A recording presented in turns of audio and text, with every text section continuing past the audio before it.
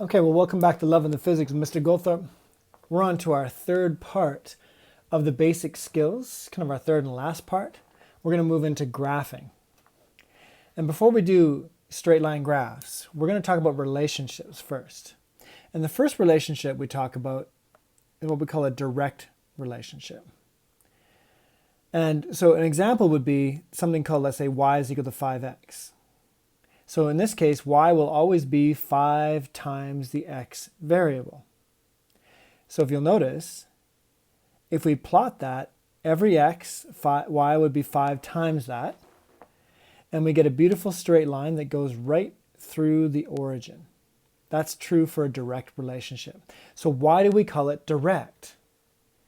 Well, here's why. Take a look at the changes. If we actually multiply x by 3, in fact, I'll just do it up here. If you actually multiply the x by 3, if you go from, let's say, 1, and you multiply it by 3 to get up to 3, the question is, what happens to the corresponding y? Well, you see, if the x gets multiplied by 3, notice when the 5 goes up to that point, it also gets multiplied by 3. It goes through the same change. So we call that a direct relationship.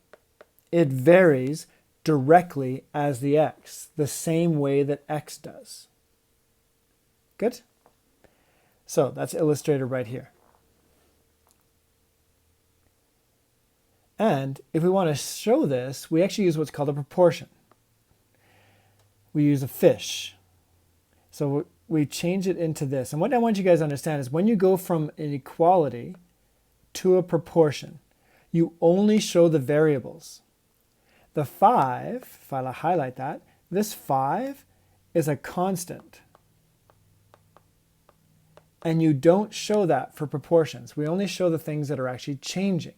We'll show the y or the x. So notice when you go from an equality to a proportion, the 5 disappears because it's constant. So any constant will disappear, and the only things that are left are actually variables, things that change. Good? Okay. Now, there's one other type we need to know really well, and that's an inverse relationship. So in this case here, if we do y is equal to 12 over x, and then we make a table of that, where the y is always 12 divided by x, we get this table. And we see a graph just like this. Notice, by the way, that as x is getting bigger, y is actually getting smaller. It's kind of an indication of an inverse relationship. Now, why do we call it inverse?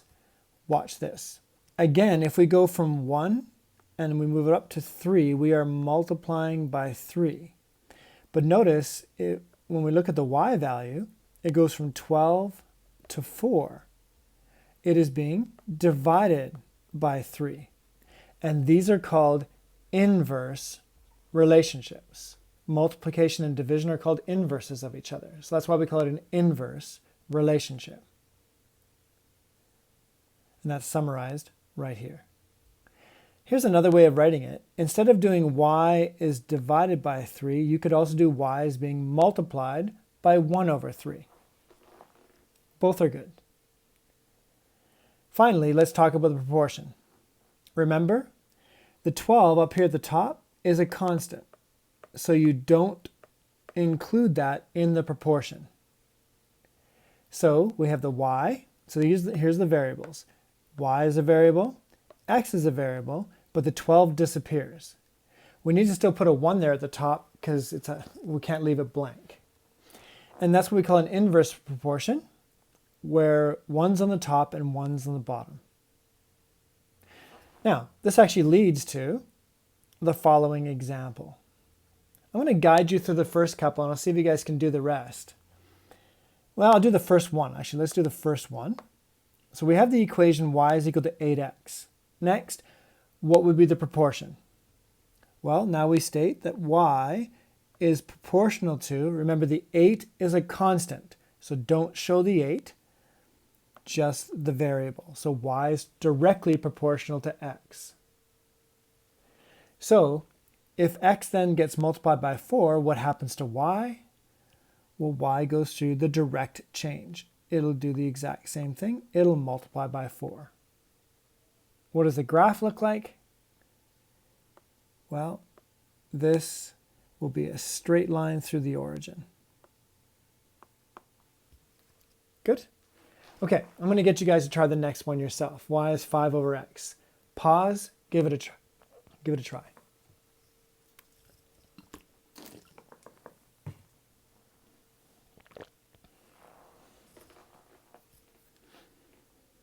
Okay, let's see how you did. So again, for proportions, it's y is proportional to, show the other variable, x. You don't show the 5, but we need a number on the top. So we put a 1 up at the top as a placeholder. So there's your proportion. If x gets multiplied by 4, what happens to y? There's two ways of showing this. You either show that y is divided by 4, that's the inverse kind of operation. Or in brackets, you could also do y is being multiplied by 1 over 4, which kind of matches the proportion. What does a graph look like? Well, if you remember, when x gets bigger, y gets smaller. It looks like this. And there you go. Now, these are the two most important, you guys. If you know those, you're doing great. The other two, by the way, are excellence level. So if you guys feel like you want a challenge, try the next two. If you don't get them, it's okay. Pause, try them.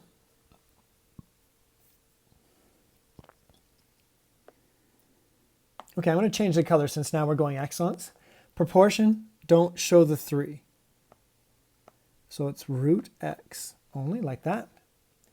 And for the, if x gets multiplied by 4, y is going to get multiplied by the square root of 4. It goes through the square root of what happens to x, or y gets multiplied by 2.